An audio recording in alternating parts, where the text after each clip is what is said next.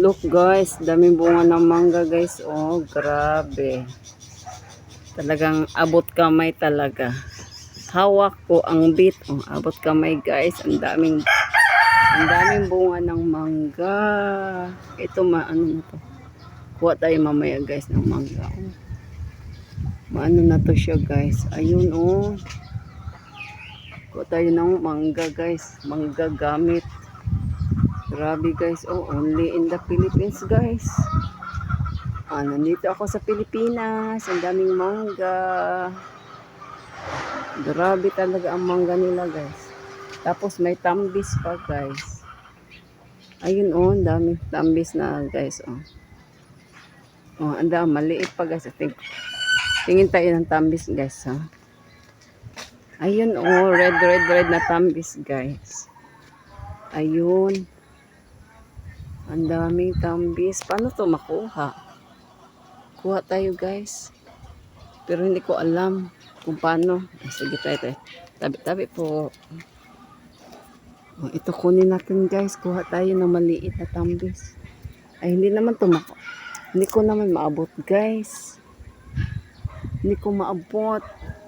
Kailangan akong pumunta sa kataas-taasan na. Paano? Ayun oh, manguha kay tambis guys. Cute kayang tambis oh.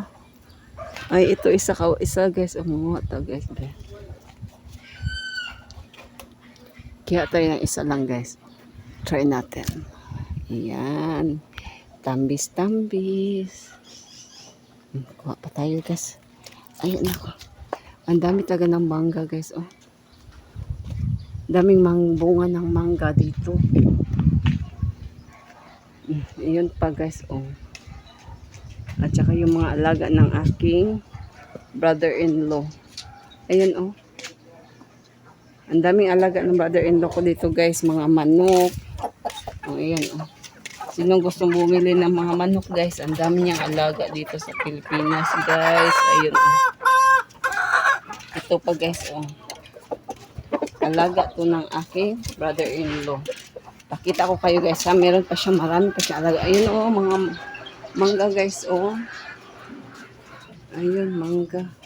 Tapos ayun guys, alaga ng aking mga brother-in-law oh.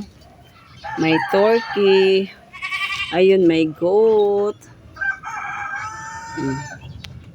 Ang dami ng alaga ng aking brother-in-law guys. At saka ito guys oh. Ayun, alaga. Kulo.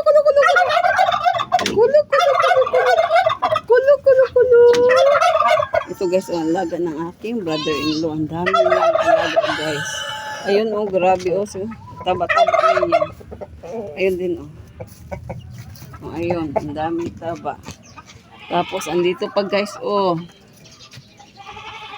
Oh, malaki ito siya, malaki na to siya. Ibenta yata to niya eh. Oh, ibenta yata to. Ready na to. Sige, mga 1 month na siguro to. Ayun oh. 1 month na yata yan. Or 1 month or 2 months na guys. Tapos yung iba doon. Ang dami talaga niya guys. Talagang ayun, meron pa mga chicks na maliliit guys oh. Talagang ang dami. Yung brother-in-law ko guys, grabe kasi hands-on. Kahit may trabaho siya araw-araw, nag-ano din siya. Oh, yun oh, nagsiksika na dito. Kawawa naman. Kawawa, nagsiksika na sila. May tubig pa ba? Yan, ginawa ng brother-in-law ko guys. Ang galing niya Pero grabe, nagsiksikan sila. Ito din. Grabe, ang dami niyang guys, alaga guys. Tapos itong mga pagkain nila dito. Oh, ito din. Ang ganda. Siguro maganda to siya kapag mag-itlog na to siya guys. Ayun, nilagyan niya. Kapag mangingitlog to siya, ayun. Oh, basang-basa sila. Kawawa naman. Dapat anuhin siguro.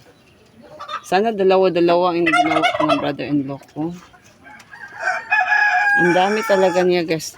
Tapos ang dami pang ang tawag doon. Yung kambing guys. Halika guys, pasok tayo sa kambingan guys ha.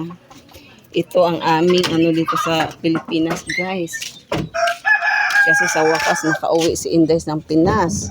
Tapos ipasok ko kayo guys. Ang daming kambing ng aking brother-in-law.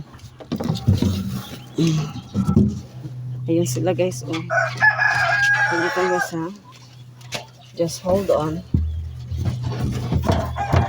Finally nakauwi si Inday sa Pilipinas. Oh, ayun sila o turkey. Goat. Ayan. Ang cute nila guys. Oh, diba? Oh, ang cute nila. Ayun. Oh. No, I don't have food. I don't have food. I just making video. No food, my love. Ayun guys, oh, ang laki-laki nila guys. Ayun oh. Ang laki. Say hi. Hi. Tapos itong isa pa, oh, laki. Ayun oh, ang laki-laki. Akala niya pagkain. Ayun oh. Ito. Ito din guys, oh.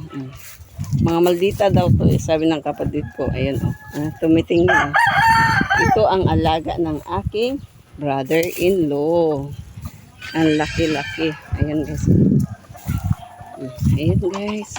Ayan muna guys. Bye. Itong dahilan guys kaya nandito ako sa Pilipinas ngayon.